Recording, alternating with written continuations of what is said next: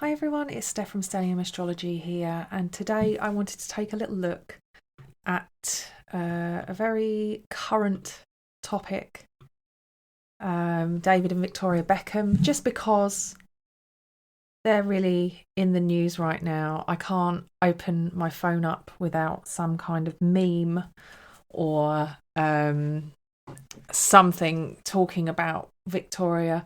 I literally just saw a really lovely video of one of the boys. I think it might have been Romeo. I get confused between them now. Maybe it was Cruz. One of them was playing guitar and Victoria was singing the Viva Forever song from the Spice Girls. So yeah, basically I just wanted to take a look at their charts. I've got this open here now, so David and Victoria Beckham. I suppose actually what would be really interesting at the moment, let's just have a quick look at David. Oh, so David's the one with the moon at 29 Capricorn. That's right, I remember now. I remember talking about him in a long time ago in one of the LSA classes, London School of Astrology.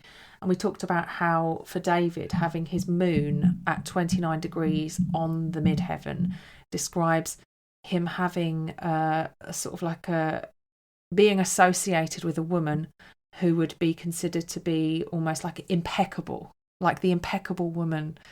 And posh spice. I suppose the two planets that are quite high elevated in his chart. So he's got a 10th house. We're looking at equal houses here, and I'm using Astro Gold software for those of you who are listening and can't see the charts.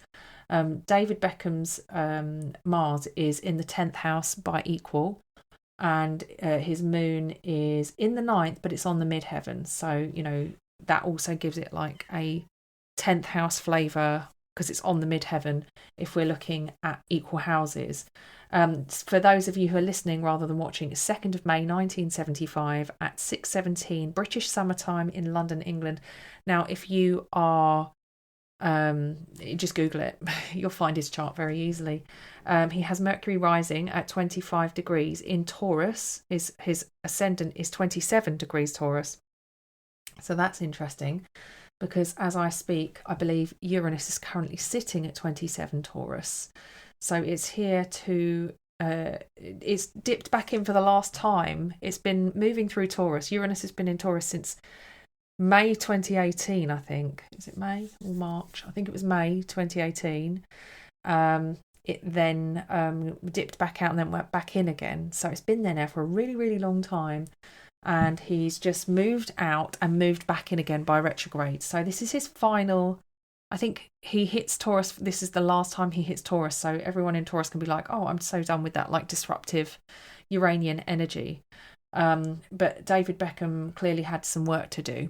And so this Uranus is trining his moon at 29 degrees and it is on his ascendant. Now, that's just my initial things that I've noticed. And obviously he's a sun in Taurus as well. And his sun's in the 12th, which often we see people who take on a role for the collective. It's seen to be often like pop stars and politicians who their role is their life. Like I think Madonna, I think Tony Blair as well. But it's where people sort of they lose their sense of identity, but take on this kind of persona that it becomes part of the archetype, the collective experience. So we all feel like we know the Beckhams to an extent. David Beckham is part of British culture, I suppose, part of English culture. He's got that elevated Mars in Pisces in his 10th, and that moon on his midheaven in Capricorn. So you might say like two planets sitting quite high in his chart could represent posh being the moon in Capricorn and spice being Mars sitting up there as well. But also that Mars in Pisces sitting in the 10th house, well, that's like somebody who will like be competitive with their feet for a living. Well, that's David. And it's square to Neptune as well. But also having Neptune in the 7th house could be, you could also look at that as somebody who is, to start with, it's a footballing signature, a Mars from the 10th in Pisces, square Neptune in the 7th. But there's this kind of attraction to artists, musicians, and that kind of thing. And also, perhaps like there aren't strong boundaries. You might say somebody with a 12th house sun and Neptune in the 7th house, they're almost property of the people's property. So, just some ideas there. But let's have a look at Victoria and see what's happening with Victoria. So Victoria has a 13 degrees Cancer rising in her chart, and she has got the moon in Aquarius. And then she's got a very romantic and very fashion orientated Jupiter and Venus straddling the midheaven there. Her birth time is the 17th of April 1974 at 10:07 in Harlow in the United Kingdom. And she's an Aries. So Aries and Taurus together. You might say that actually having these two signs as next door neighbours in communication could be that one of them's got the drive, the ideas, and the kind of the motivation, and the other has the staying power and the ability to anchor the ideas and to build foundations and develop and create. So there's no denying there's a sense of when we see David and Victoria, a kind of dream team combination, like brand Beckham as they talk about. But yeah, what's interesting to me, I mean, there's lots we could comment on Victoria's chart as well. Like she's got like the kite formation in her chart, with her sun being at the apex, the kind of like the arrowhead where the base of the kite is drawing back ready to fire, and that's opposite Uranus as well. So this is somebody who can appeal to communities, and having that Aquarius moon, it connects to that Uranus at the base of the kite. There's a lot of fortunate meetings here, and she's got a strong Mars Saturn conjunction sitting here, 12th house again. She's the serious Spice Girl that doesn't smile. She was quite sexy, and that kind of that posh spice feeling again is echoed with that Mars Saturn conjunction. It's an interesting look at two different expressions of similar flavours in the chart. So what is going on? What's happening to David and Victoria? Well, obviously Brooklyn has come out and said that he, was a bit embarrassed by something his mum did at his wedding, and they had to renew their vows because she made it all about herself. Lots of people are saying, isn't it a parent's job? Like, isn't that what they do? They embarrass each other. Like, mums embarrass their kids, or kids are embarrassed by their parents. And David Beckham has come out and said, children make mistakes, and we try to encourage our children not to use social media. There's also lots of names being bandied around, the main one is narcissist, and people are saying, Brooklyn's been brought up in a very sheltered life where he doesn't have to worry about material things, like material issues. So his journey in this life is to find some kind of meaning and purpose, because the struggle has been taken from him, and I think a lot of people find purpose and meaning through struggle. His struggles are different. I'm not minimizing the experience that he's had in life because he's had a privileged upbringing. It's more to the point that it's just a very different experience because he's grown up in such wealth. He said he's always had anxiety living at home. When you hear about actually these kind of influencer families where the children grow up, these family YouTube channels, the children grow up with no privacy whatsoever because there's always cameras, and they were always encouraged to perform for the camera. I looked at the Saturn-Neptune conjunction, which is forming. So let's just pull that chart up quickly and I'll just switch it round. The Saturn-Neptune conjunction, which is sitting here at at the moment, Saturn's at 27 of Pisces, and Neptune is at 29, so close to moving into Aries. Now, I believe it moves in on the 26th of January, which is in a few days. And I think Saturn moves in on Valentine's Day, 14th of Feb. Now, to me, I looked at this Saturn-Neptune conjunction, and I remembered as it was coming together and thinking ahead, they were bringing in lots of like child exploitation laws around these YouTube channels where children are used to, market a personal brand, or influencers using their children in order to make money, and that children should be paid for any kind of exposure they have, and to consider, the exposure that children have, full stop, on social media, on YouTube channels, on Instagram, anywhere where their face is public.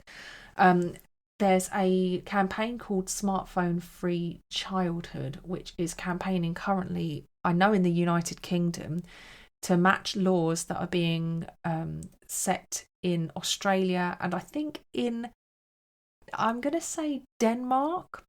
I know it's one of the Nordic countries, and they are saying that they want children to be at least 16 years old before they can have social media accounts. And it's because we are understanding the damaging effects that growing up without the right to privacy, a privilege that people of my generation had, because we grew up before even social media was a thing. I was 15 when I got a mobile phone, and it was a Motorola Graphite, if you care to Google it. And I'm saying Googling wasn't even a thing. It was, maybe there was a search engine called Google, but it was not a term in our vocabulary to Google something. That came later. So I'm talking like at the inception of the launch of the internet as we know it today. Things have really evolved, and we have been the guinea pigs of what the kind of damage could be ultimately to the younger generations. So I wouldn't doubt for a second that Brooklyn might not have some kind of trauma associated with growing up in a famous family. Let me just have a look and see if I can find my other screen that I had open. Where is it now? What have I done? Oh, I can't see it now. I had his chart. Let me see if I can shrink this down. What have I done? Minimise.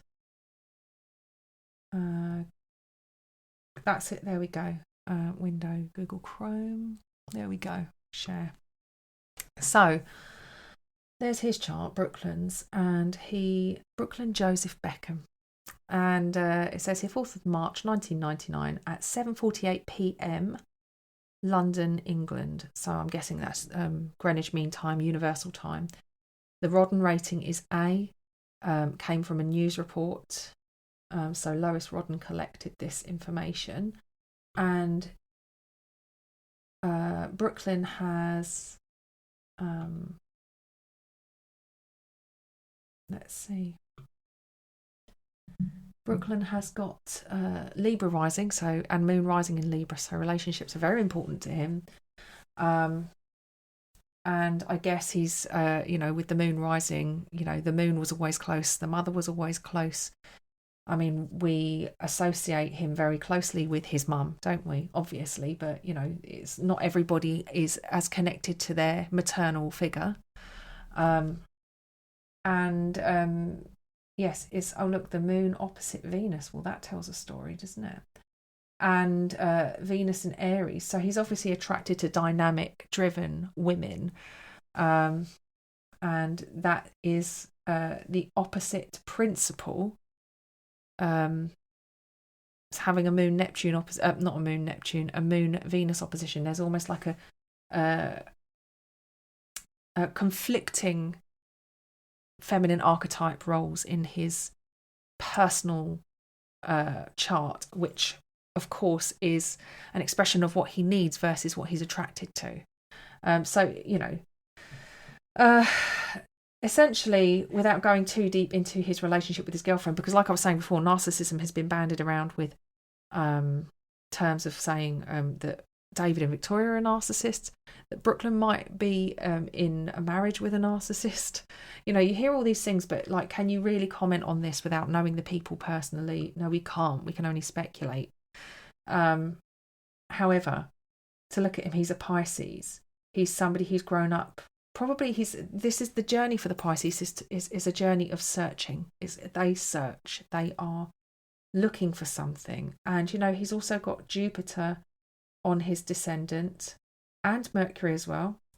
And again, Jupiter is a planet that is searching. It's somebody who is looking perhaps for the answers they're searching for in other people.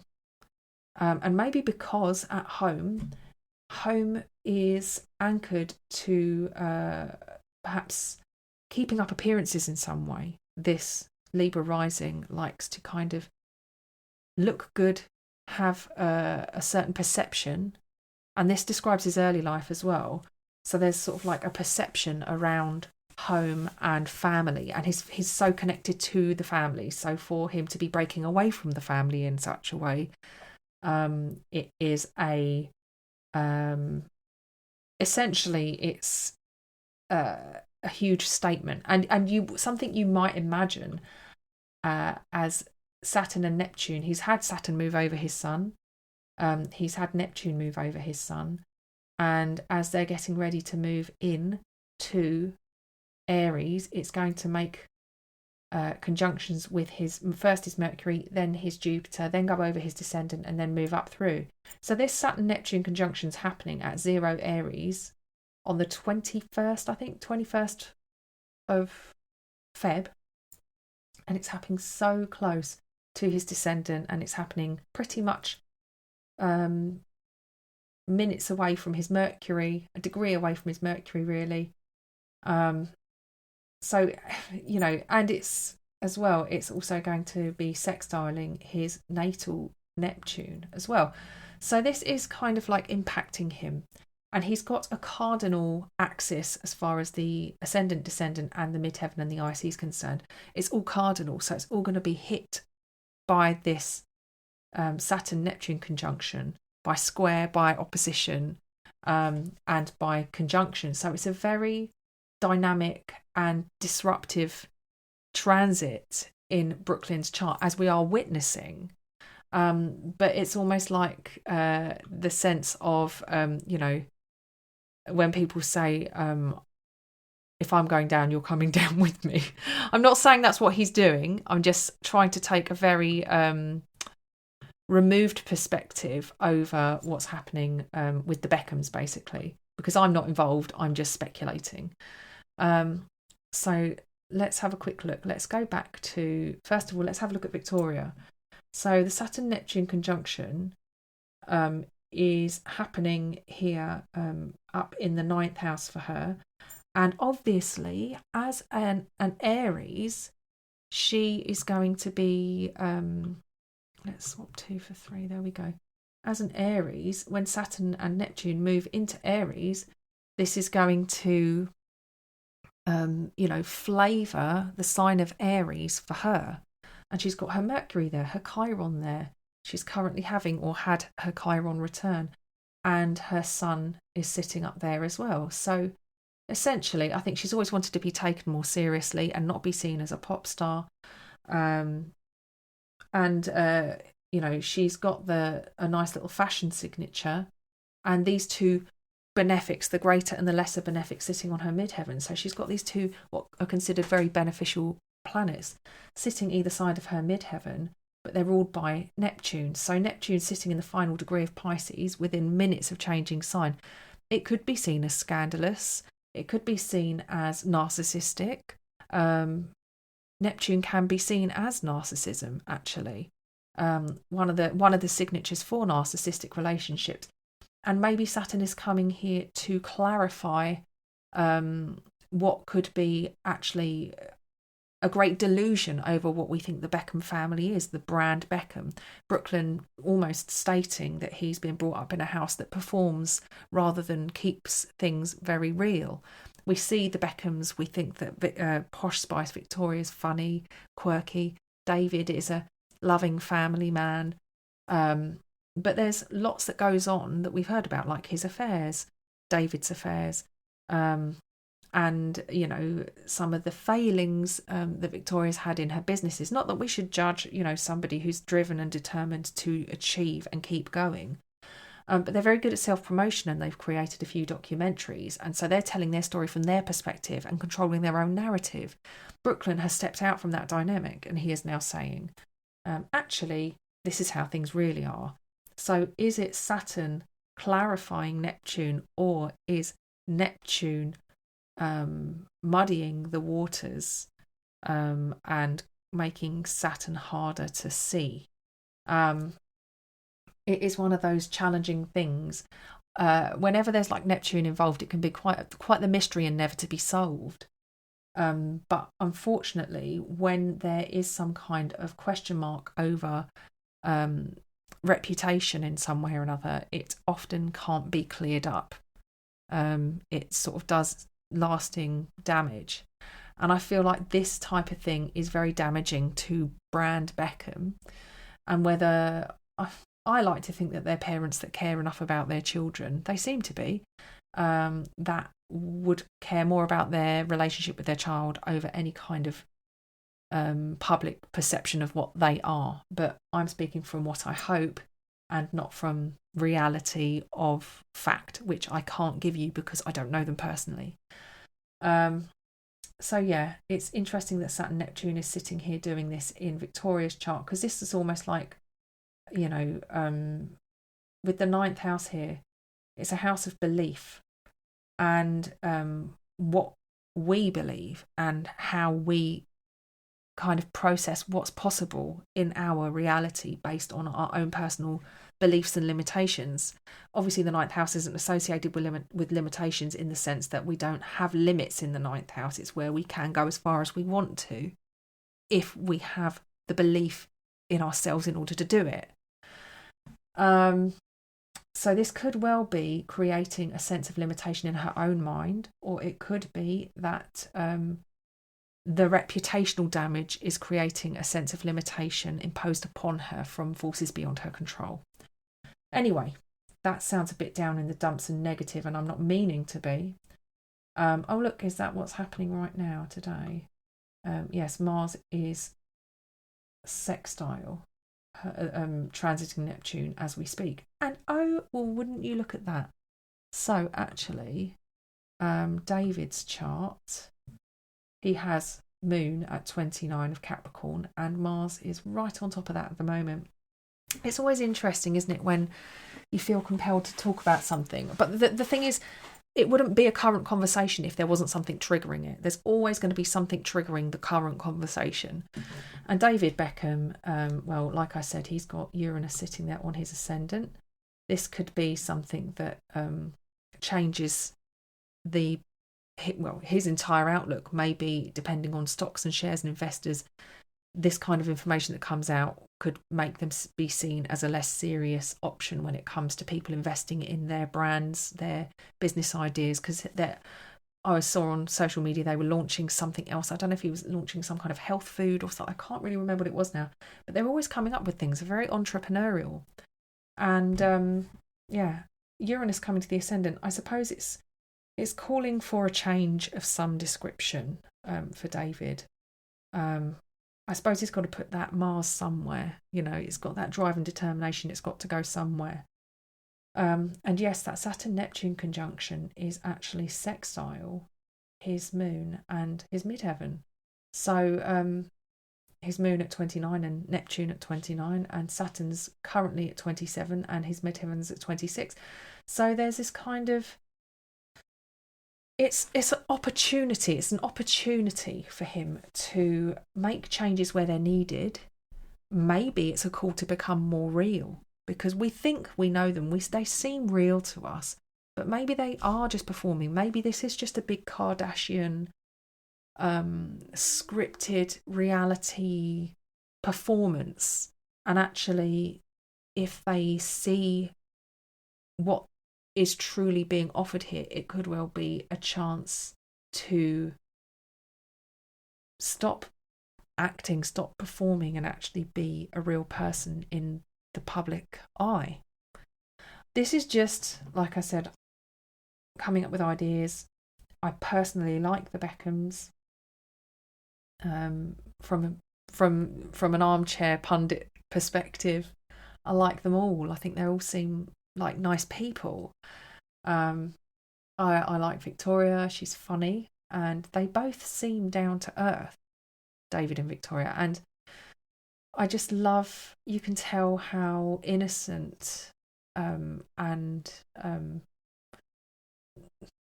I'd say naive, but I don't want to like undermine him as an adult. But Brooklyn strikes me as somebody who wears their heart on their sleeve, you know, despite privilege, whatever, you know, the background, where they're coming from. I don't think that should factor into it. I think we should take people for what they are, and that is human beings trying to find their way through this utter joke. I mean, you know, what is life? Let's not get too existential here, but we're all battling through, aren't we? So I don't know, maybe I'm just a bit of a romantic as well at heart. I care too much for people, and maybe motherhood softened me somewhat. But yeah, that little Pisces kind of journey and that purity of a sense of innocence, but also a lack of accountability that comes with the Pisces journey. The moon's in Pisces at the moment. Yeah, we're talking about Brooklyn as well. Anyway, so yeah, what's happening to the Beckhams? Well, David's having Uranus to his ascendant. He's got Saturn, Neptune to his midheaven and his moon. And, you know, it's a big shake-up right now.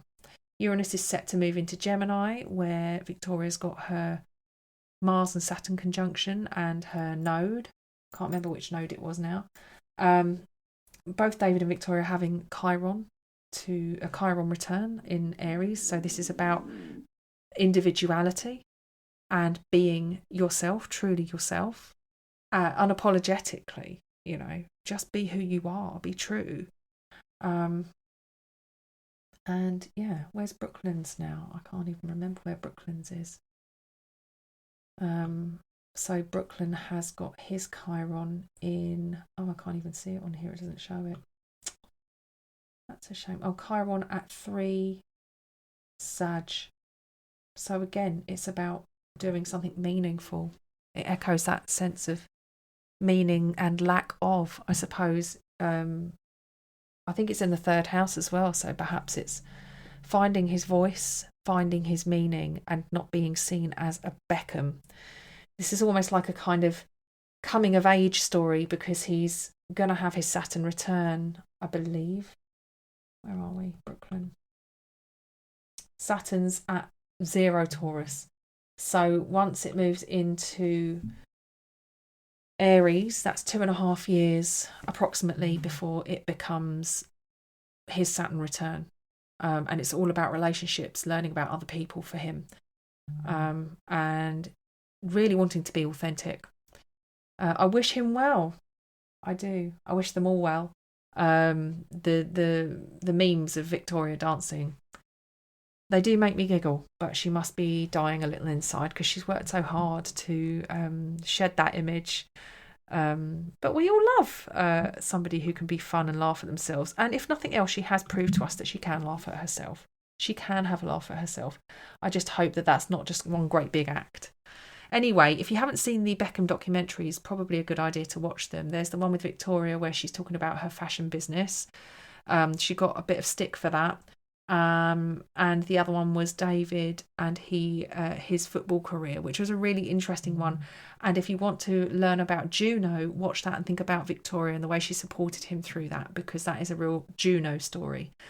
Anyway, that's all I have to say today. I have no idea how long I've been talking for, but thank you for sticking with me if you have. Hoping to create more regular content. I'm feeling fired up, and I just miss, sharing my ideas and connecting with people the way I used to. So yeah, take care, guys. Keep your eyes peeled. I should be putting some more stuff out soon and sending lots of love to you. Bye now.